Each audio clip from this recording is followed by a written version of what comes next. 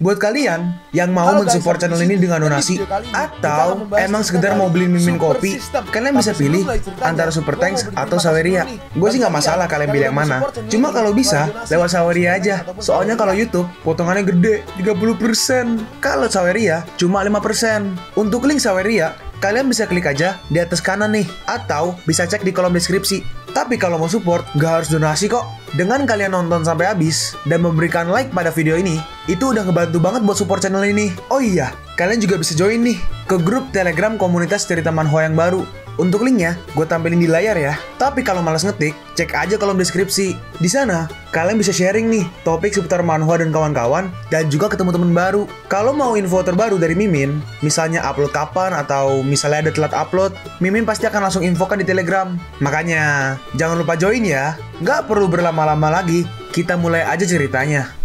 Melanjutkan cerita sebelumnya, di mana Tianli masak dan berdebat. Makanan udah jadi. Wah, aromanya enak. Ciao Tianli, aku nggak menyangka kau ternyata bisa memasak. Itu bukan berarti aku bisa memasak. Aku hanya mencampurkan semua bahan dan sayur, ditambah dengan bumbu mie instan. Aku dulu sering membuatnya ketika aku masih tinggal di asrama. Wah, kamu sangat terampil. Kau memiliki banyak keahlian. Wanita yang menikah denganmu pasti sangat beruntung nanti. Suyang, kau harus belajar darinya. Kenapa aku harus melakukannya? Bukankah seharusnya kamu yang bisa memasak? Apakah kamu nggak tahu berapa biaya perawatan untuk merawat kulitku agar cantik ini? Apa kau tega menggunakan tanganku untuk mencuci dan memasak? Tentu saja, untuk pekerjaan seperti itu akan kuserahkan kepadamu. Lalu tiba-tiba Tianli membanting sumpit agar lebih jelas.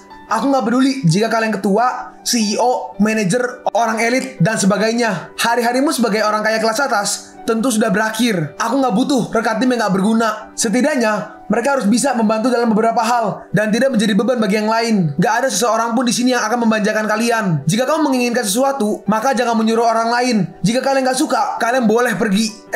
Baru aja, pergi. Oke, siapa bilang kita akan mengikutimu? Sister Pinyan, kau terlalu banyak minum. Aku hanya minum sedikit. Ciao Tianli, kau selalu bersikap acuh tak acuh padaku. Apa maksudmu bersikap seperti itu padaku? Jangan karena kau telah menyelamatkan kami, kau bisa seenaknya menghinaku. Iya, emang aku nggak bisa memasak, tapi aku nggak pernah merendahkan orang lain. Apa kau pikir mudah menjadi CEO? Yang punya ekspektasi akan memiliki masa depan yang cerah. Apa kau nggak tahu hal-hal sulit yang aku alami di belakangnya? Ketika aku memulai bisnisku, aku begadang semalaman dan bekerja lembur setiap hari untuk memajukan bisnis dan mendapatkan konsumen. Kita harus pandai berbicara dan menjaga supaya kita nggak dimanfaatkan. Kamu nggak tahu seberapa keras usaha yang telah kulakukan. Kamu nggak tahu apa-apa tentang kehidupanku. Kenapa kau begitu membenciku? Aku telah bekerja keras sangat lama untuk membuat Yanchi Entertainment diakui oleh publik. Tapi dalam sekejap, perusahaan yang telah aku bangun dan orang-orang yang telah bekerja keras untuk perusahaan semuanya lenyap dalam sekejap. Semuanya telah hilang sekarang. Mereka berdua terdiam. Sister Pinyan, kau benar-benar minum terlalu banyak. Enggak, aku nggak minum banyak. Kakak Lei, apa minuman ini agak berat?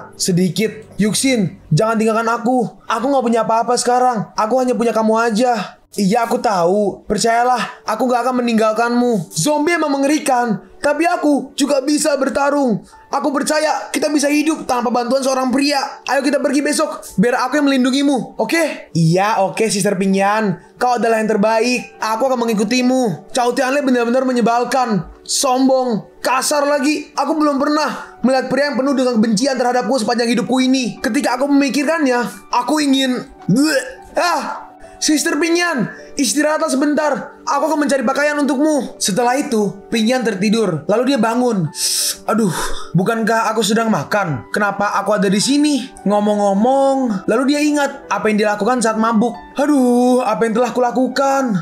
Benar-benar memalukan. Kenapa Yuxin gak menghentikanku? Hah? Aroma bir. Kakak Lei, kau baik-baik aja? Iya, gak apa-apa, tenanglah. Kau istirahat aja. Aduh, aku benar-benar pusing.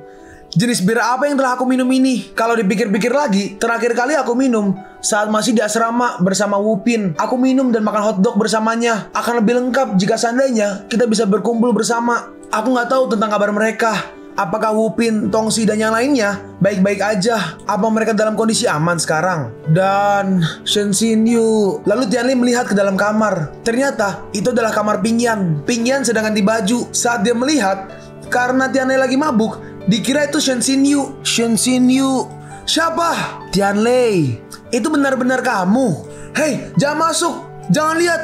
Aku sudah ganti baju. Cepat keluar. Lalu Tianlei langsung memeluk Ping Yan. Ping Yan sangat kaget. Apa kamu tahu betapa aku sangat mengkhawatirkanmu? Aku takut sesuatu terjadi padamu. Jangan menghilang lagi dariku. Aku sangat takut aku nggak bisa melihatmu lagi. Aku takut nggak memiliki kesempatan untuk memberitahumu kalau aku menyukaimu. Apa yang kau bicarakan? Berhenti bercanda. Bukankah kamu selalu membenciku? Bagaimana mungkin kau menyukaiku? Kamu salah paham. Bagaimana mungkin aku membencimu? Lalu kenapa kau selalu menatapku dengan wajah yang memandang rendah diriku? Itu karena aku terlalu pengecut. Pengecut? Kamu seorang yang terkenal. Kamu dipuja oleh banyak orang. Sedangkan aku nggak punya apa-apa. Bahkan uang kuliah pun dariku kerja sampingan. Karena itu, aku memandangmu sebagai seseorang yang berada di atasku. Sehingga aku terlalu minder untuk mendekatimu. Tapi sekarang berbeda. Aku bukan lagi pengecut yang dulu. Di masa depan, aku akan melindungimu dengan nyawaku sebagai taruhannya. Lalu Ping Yan teringat perkataan dari Yuxin. Kau bilang, apakah itu benar? Tetaplah bersamaku dan biarkan aku membuktikannya padamu. Lalu mereka berdua, nextnya you know lah. Terus tiba-tiba ada yang berteriak, ah! Lalu Tianlei terbangun. Apa yang terjadi? Apa ada zombie? Kalian berdua? Mereka berdua, apa yang sedang terjadi? Cao Tianlei, aku nggak tahu kenapa, tapi aku nggak menyangka orang sepertimu akan melakukan hal ini. Aku hanya pergi sebentar untuk mencari pakaian Sister Ping Yan. Tapi kau malah memanfaatkan Sister Ping Yan saat dia sedang mabuk. Kakak Lei, apa kau emang orang seperti itu? Aku hanya mengingat setelah minum, aku merasa kepalaku pusing. Kemudian aku pergi mencari kamar untuk beristirahat. Lalu selanjutnya, bagaimana bisa terjadi hal seperti ini? Apa maksud perkataanmu? Kamu sedang mabuk dan kamu gak melakukannya secara sengaja. Yuxin, jangan berkata seperti itu. Itu gak seperti yang kamu pikirkan. Cao Tianlei, kamu gak perlu merasa bersalah. Kita semua udah dewasa. Kamu bertanggung jawab atas dirimu sendiri. Aku gak menyalahkanmu. Kakak Lei, aku emang gak mengerti perasaan wanita. Tapi yang aku tahu, kau adalah seorang pria, dan seorang pria harus berani bertanggung jawab. Hey, ini semua gak akan terjadi jika kau gak mengajakku minum kemarin. Apa yang kau katakan? Tianlei berkata, maaf, ini salahku. Tapi percayalah, aku akan bertanggung jawab padamu. Bukankah kau mengatakan kau menyukaiku? Kau akan melindungiku dengan hidupmu. Ternyata kau menganggapku orang lain pada saat itu. Lalu Tianlei langsung ditampar. Cao Tianlei, kau bajingan. Tiba-tiba suara tembakan. Siapa yang menembak? Apa itu tim penyelamat? Ayo pergi keluar dan melihatnya. Ya, kalian berdua tinggal di sini. Bersembunyilah dengan aman. Lalu mereka berdua pun pergi keluar. Saat di luar, ada banyak sekali zombie yang mengejar sekawanan orang. Seseorang memegang pistol dan menembaki para zombie itu. Bocah itu udah terluka. Kenapa kau masih membawanya? Kakak Swan, aku udah gak sanggup lagi. Tinggalkan aku sendiri. Bawa aja yang lainnya agar kalian selamat. Jangan bodoh. Percayalah, kamu akan baik-baik aja. Sialan, zombie keparat. Aku akan menghabisi kalian. Lalu dia menembaki kepala zombie satu persatu. Wuswan, kerjamu bagus. Kamu terlihat seperti penembak jitu. Cepat, bunuh mereka. Saat dia menembak, gak ada peluru. Sial, peluruku habis. Lalu dia ditangkap oleh para zombie itu. Sudah berakhir. Ini sudah berakhir. Lalu ada satu zombie yang pergi ke arah temannya Wuswan. Xiao Chu. Tapi tiba-tiba zombie itu dibunuh. Ada kapak yang terlempar. Dan kapak itu menancap di kepala zombie itu. Itu adalah kapak Tianlei. Dan Su Yang membunuh zombie yang lainnya. Kakak Lei, serahkan padaku. Baiklah kalau gitu. Mereka berdua menghajar semua zombie itu. Siapa dua orang ini? Mereka bahkan gak takut dengan para zombie itu. Ada gedung kantin di belakang. Cepat, pergilah ke sana. Baik, sayang, ayo kita pergi. Tianlei terus-terusan membunuh zombie. Sistem memberitahu kalau pengalaman XP telah penuh. Player akan naik tingkat. Selamat kepada player. Dipromosikan menjadi prajurit tier 1 first class. Lalu zombie datang semakin banyak. Kakak Lei, hati-hati. Semakin banyak zombie yang datang. Tenanglah. Sekarang mereka semua bukan lagi ancaman. Aku akan menyambut kedatangan mereka. Lalu Tianlei dengan mudah membunuh para zombie itu. Dalam hati Tianlei, apakah seperti ini sensasi dari prajurit tingkat 1 atau first class? Aliran udara, lintasan serangan, bunyi-bunyi halus, semuanya dapat kurasakan. Peningkatan yang bagus. Hah? Apa yang terjadi pada Kakak Lei? Kakak, apa yang terjadi padamu? Kau terlalu ganas. Lalu orang-orang itu sampai di kantin. Hei, buka pintunya. Biarkan kami masuk. Para zombie akan segera datang. Aman. Sayang, aku sangat takut tadi. Iya, hampir aja kita mati. Xiao Chou, sekarang udah baik-baik aja. Kita aman sekarang.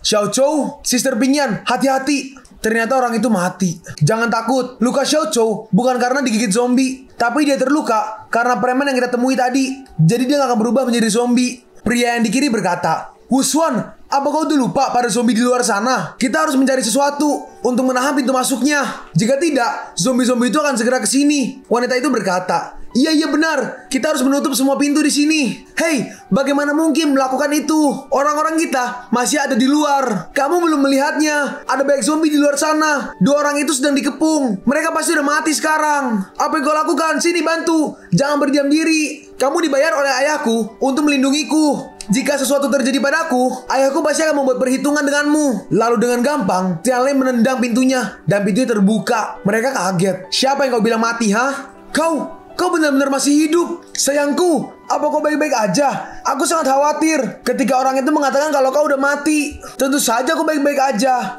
Tapi apa kau bisa berhenti melakukan hal ini? Kamu ini pacarku. Kenapa? Apa kau malu-malu? Pingyan sambil malu-malu berkata, ngomong-ngomong aku melihatmu bertarung melawan zombie. Kamu sangat hebat. Tianlei membalas, itu bukan apa-apa. Aku hanya membunuh sekitar 5 atau 6 zombie. Yuxin, ayo pergi. Aku nggak ingin melihat orang ini. Itu, ya udah. Aku pergi dulu. Aku akan menemani Sister Pingyan. Aku akan menemuimu lagi nanti. Sister Pingyan, jangan marah. Wow.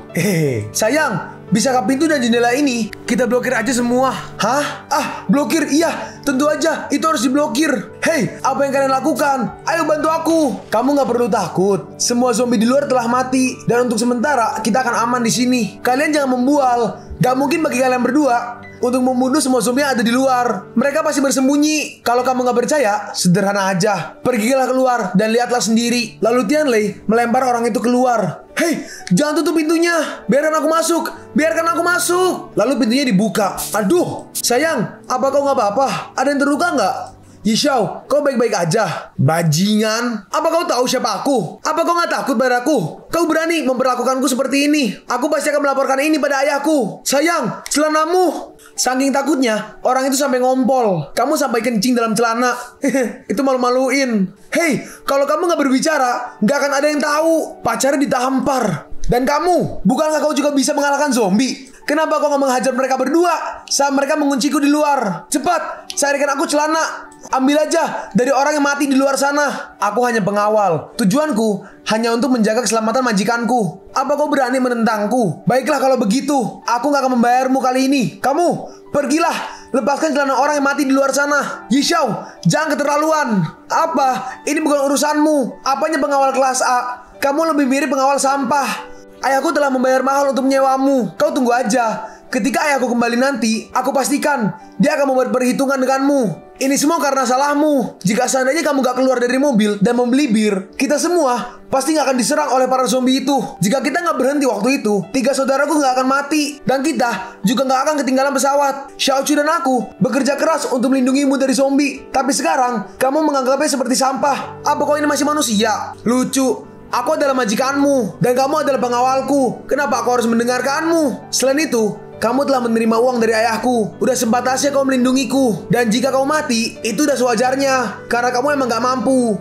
Kau! Lalu Tianlei menendang dia dari belakang. Beraninya kau menendangku. Aku juga berani membuangmu keluar untuk menjadi makanan para zombie. Apa kau pikir ayahmu dapat melindungimu? Mari kita lihat apa ayahmu bisa menyelamatkan kamu dari para zombie di luar sana. Namamu Wuxuan. Iya, namaku adalah Cao Tianlei dan dia adalah saudaraku Li Suyang. Aku mengerti hubunganmu dengannya. Sampah seperti dia gak layak untuk dilindungi. Aku kagum, walaupun di situasi sulit seperti ini, kau gak menyerah untuk melindungi saudaramu. Bagaimana kalau kau berhenti menjadi pengawalnya dan bergabung jadi rekan satu timku? Wuxuan terdiam. Mereka berdua kaget. Xuan berkata, Brother Cao, terima kasih telah menyelamatkanku dan saudaraku tadi. Jika bukan karena bantuanmu, aku dan saudaraku pasti udah terbunuh oleh gerombolan zombie tadi. Tapi maaf, aku gak bisa menerima ajakanmu. Kenapa kau ingin tetap melayani idiot itu? Apa itu layak? Dia sendiri mengatakan, jika kau mengawalnya kembali pada ayahnya, dia tidak akan membayarmu. Ini bukan masalah uang. Aku seorang pengawal, dan tugas ini harus aku selesaikan sampai selesai.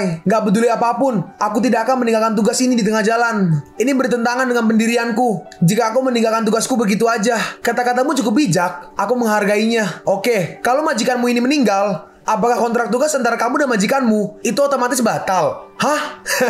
Kau, apa yang akan kau lakukan? Aku peringatkan kamu, jangan bermain-main denganku. Kami baru aja menyelamatkanmu. Tapi apa? Kamu bahkan nggak tahu terima kasih. Aku benci pria idiot yang nggak tahu terima kasih sepertimu. Lalu Suyang menyerang dia, tapi Suan menghentikannya. Hentikan! Suan berhasil menahan serangannya. Maaf, aku nggak bisa membiarkan kamu menyakitinya. Menghentikan pedangku. Sepertinya kau nggak hanya terampil dalam menembak, tapi juga seni bela diri. Kita sesama seniman bela diri, menjunjung tinggi kesetiaan. Tapi jika nggak bisa membedakan antara salah dan yang benar, itu sama aja dengan bodoh. Apakah lebih baik jika membiarkan majikan idiotmu ini terus hidup? Kamu bisa melindunginya kalau kau bisa mengalahkanku. Kita sedikit pindah ke kamar Pingyan. Sister Pingyan, aku nggak bisa membiarkanmu pergi. Bagaimana bisa kamu hidup sendiri di luar sana? Di luar sangat berbahaya. Yuxin, terima kasih. Tapi aku benar-benar gak ingin tinggal di sini lebih lama lagi. Cao Tianlei sama sekali nggak menyukaiku. Tadi malam, dia hanya menganggapku sebagai Shen Xinyu. Aku belum pernah mengalami penghinaan sebesar ini dalam hidupku. Sekarang, ketika aku melihatnya, aku selalu memikirkannya. Jika aku tetap tinggal, mungkin suatu hari nanti aku nggak akan lagi sanggup. Oleh karena itu, lebih baik aku pergi dari sini. Ini mungkin pilihan terbaik untukku. Percayalah, pasti ada banyak orang yang selamat di luar sana. Aku bisa mengurus diriku sendiri dan tidak akan terjadi apa-apa. Sister Pingyan, apa kau menyukai Cao Tianlei? Hei, enggak. Aku enggak. Lihat, aku ternyata benar. Kau menyukainya. Kalau enggak, kenapa kau harus marah ini? Sister Pingyan, sebenarnya kamu sekarang sedang bingung dengan perasaanmu sendiri. Meskipun dulu dia menyukai wanita yang bernama Shen Xin itu, tapi sekarang kamulah yang berada di sisinya. Dalam hal ini, gak ada kepastian tentang Shen Xin. Apakah dia masih hidup atau mati karena digigit zombie? Apakah kau akan melepaskan Cao Tianlei untuk mencintai seorang zombie wanita? Seorang pria selalu menyukai hal-hal baru. Mereka cenderung meninggalkan hal yang lama demi sesuatu yang baru. Sister Pingyan, kau sangat cantik. Jika kau mengakui perasaanmu kepadanya, aku yakin dia pasti akan menyerah. Dan pada akhirnya, dia akan jadi milikmu. Pingyan terdiam. Sister Pingyan, apalagi kau pikirkan? Kau selalu berusaha keras dan bertekad dalam sebuah pekerjaan. Bagaimana kau bisa begitu ragu dalam hal perasaanmu sendiri? Kemampuanmu sangat hebat. Apa kamu gak bisa sedikit aja berjuang demi seorang pria yang kau sukai? Kau benar. Meskipun Shen Xinyu lebih dulu mengenal Cao Tianlei, tetapi mereka gak memiliki hubungan sama sekali. Sekarang, Cao Tianlei bukanlah milik siapa-siapa. Dia seperti sebuah proyek baru. Karena Cao Tianlei ini ibarat proyek baru, maka setiap orang berhak untuk berkompetisi mendapatkan proyek baru ini sesuai dengan kemampuannya masing-masing. Bagus sekali. Ini dia adalah sifat sesungguhnya dari CEO Tianchi Entertainment. Tiba-tiba seseorang berkata, apa yang terjadi di lantai bawah? Kenapa berisik sekali? Ayo kita lihat. Ternyata Suan dan Suyang sedang bertarung. Kenapa mereka bertarung? Mereka berdua terus beradu serangan. Sampai di suatu titik, Suan berhasil menangkap Suyang dan dia berhasil menahan Suyang. Sayangku, hati-hati. Kungfu, jujutsu, kickboxing, tinju, kau punya banyak keterampilan bela diri. Tapi sayang sekali, kemampuanmu itu masih belum matang sama sekali. Meskipun kau cukup terampil, tapi lawanmu ini jauh dari perkiraanmu. Tentunya, semua keterampilan bela dirimu gak berguna di hadapanku. Lalu Suyang, watch out.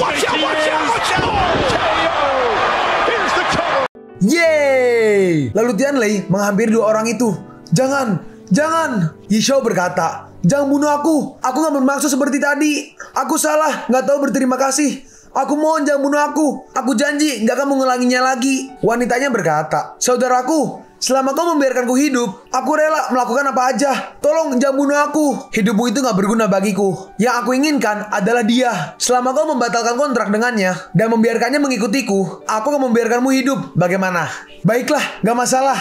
Lalu Yishao mengambil kertas kontraknya. Wuxuan, ini adalah kontrak kerja yang ditandatangani oleh perusahaan jasa pengawalanmu. Sekarang kamu aku pecat. Kau bukan lagi pengawalku. Jadi kau gak perlu lagi melindungiku. Mulai sekarang, kau bisa mengikuti saudara Cao Tianlei. Bagus. Di timku, gak ada perbedaan dalam hal status. Semua orang sama. Karena kita adalah keluarga yang saling menjaga. Tapi jika kau gak ingin menjadi rekan timku, maka aku gak akan memaksamu lagi. Tapi aku punya sesuatu yang mungkin berguna untukmu. Lalu Tianlei mengeluarkan kotak amunisi. Ini amunisi? Kakak Lei, dari mana emangnya kau mendapatkan amunisi itu? Kenapa aku gak pernah melihatnya sebelumnya? Sebelumnya, aku dan Cheng Yao bertemu perampok di tengah jalan. Aku mengambilnya dari mereka karena aku pikir ini akan berguna nanti. Dalam hati Tianlei, untungnya aku menemukan amunisi pada sistem exchange shop. Jadi aku membelinya. Tapi amunisi ini gak ada gunanya untukku jika aku gak bisa membeli senjata. Sungguh sistem yang pelit. Tianlei melanjutkan, bukankah pistolmu kehabisan amunisi? Bawa ini. Mungkin ini akan membantumu jika kau bertemu dengan zombie di luar sana. Saudara Cao, kau gak perlu berkata begitu. Aku bersedia mengikutimu dan menjadi rekan satu timmu. Kalian pun sampai di penghujung video ini. Kalian mau tahu lanjutan chapter ini? Atau manhwa menarik lainnya? Makanya, jangan lupa subscribe biar kalian gak ketinggalan kalau gue upload video baru. Jangan lupa like, komen, dan share ke teman-teman kalian supaya channel ini bisa lebih berkembang ke depannya. Segitu dulu dari video cerita manhwa. Gua Sabik undur diri. See you on the next video. Jaijen!